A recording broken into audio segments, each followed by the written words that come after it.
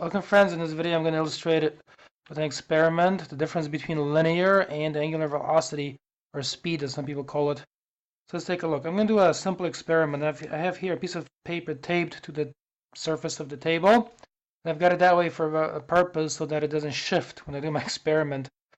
So here's the experiment. I'm going to take two markers, and what I'm going to do is take my ruler here, and over a certain period of time, I'm going to basically trace two separate arcs as I turn the ruler this way. You see that?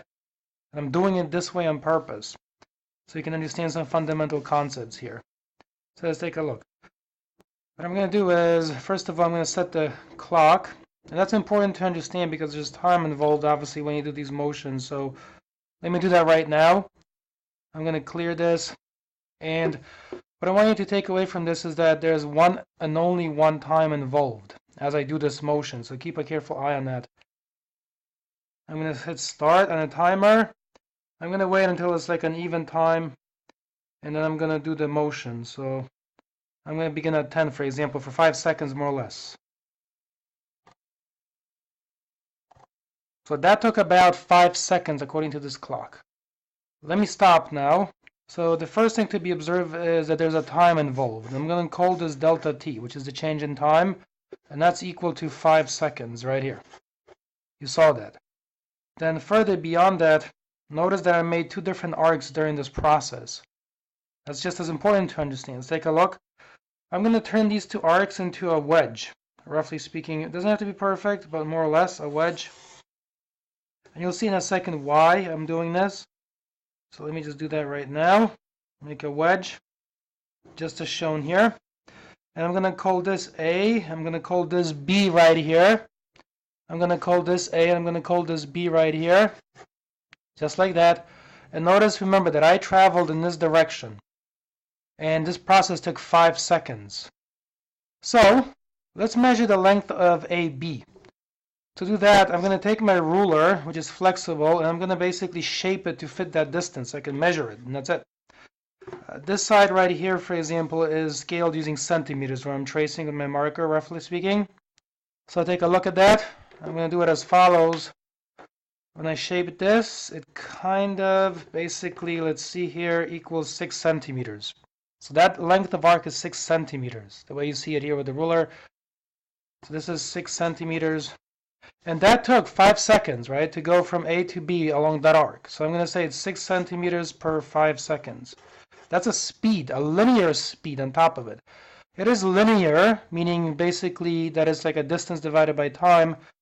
Look at it, right? If I keep my ruler curved, I measure off 6 centimeters. But just because I straighten the ruler, look, it's still now, look, this is 6 centimeters from here to here. It's a straight line distance. You see that? That's it. So that's for that one. The linear speed is 6 centimeters every 5 seconds. Now as to the second portion, so I'm going to choose a portion of the ruler that's like very flexible, okay? It's not the most flexible thing right here. So I'm just going to choose it, for example, beginning at 4, the way you see right here. And I'm going to bend it so it kind of conforms to the shape of that arc, AB. And it stops at 7. So that's 3 centimeters in other words. So I'm going to say here 3 centimeters, and then that took also 5 seconds. It's important to understand that there's only one time involved here, right? The time you saw on the clock, 5 seconds. Notice that this is 6 centimeters per 5 seconds. This is 3 centimeters per 5 seconds. So in other words, this here is twice as fast as this. And the general principle is that basically as you travel away from the pivot point, say right here, you're going to go faster and faster along arcs of the circle. That's what I wanted to observe. So two different linear speeds, not the same at all. Further, take a look. I'm going to use one of these old things that you remember. And I'm going to measure off the angle right here. I'm going to call this the angle theta, for example. And I'm going to measure it roughly. It doesn't have to be perfect, right? I just want an estimate of that angle. And when I measure it, so I'm going to estimate roughly here. So maybe it's about, say, 25 degrees right here. That angle is about 25 degrees. So there's also an angular speed involved during this process. So that's that angular speed. I'm going to label that as follows. I'm going to say it's about 25 degrees every 5 seconds. So that's an angular speed. Angular speed, linear speed, linear speed. Linear speeds can be many and they could be very different. However, for each of these, there's one and only one angular speed. So again, I'm going to emphasize that point. When I turn my ruler, look through that carefully. When I turn my ruler, look at the tracing my fingers do. You see, they go through different arcs, right? But the angle that is made there in this process is one and only one angle.